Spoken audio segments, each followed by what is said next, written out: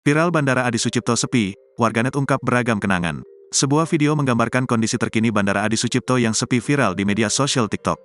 Ratusan warganet pun mengungkap beragam kenangan bandara yang kini hanya melayani penerbangan pesawat berukuran kecil tersebut. Sebagaimana diketahui, penerbangan tujuan Adi Sucipto semua dialihkan sejak Maret tahun 2020 ke Yogyakarta International Airport, YIA, Kulon Progo. YIA Kulon Progo sejak awal disiapkan oleh pemerintah untuk meminimalisasi kepadatan yang terjadi di Adi Sucipto.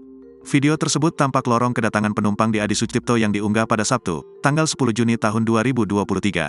Video tersebut telah ditonton sebanyak 221.000 kali dan dikomentari tercatat 880 akun TikTok.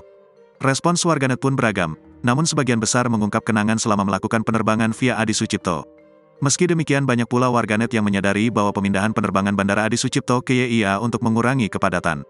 Bandara Adi Sucipto hanya beroperasi selama 12 jam, pukul 6-18 waktu Indonesia Barat, dan hanya melayani 16 pergerakan pesawat propeller dan general aviation.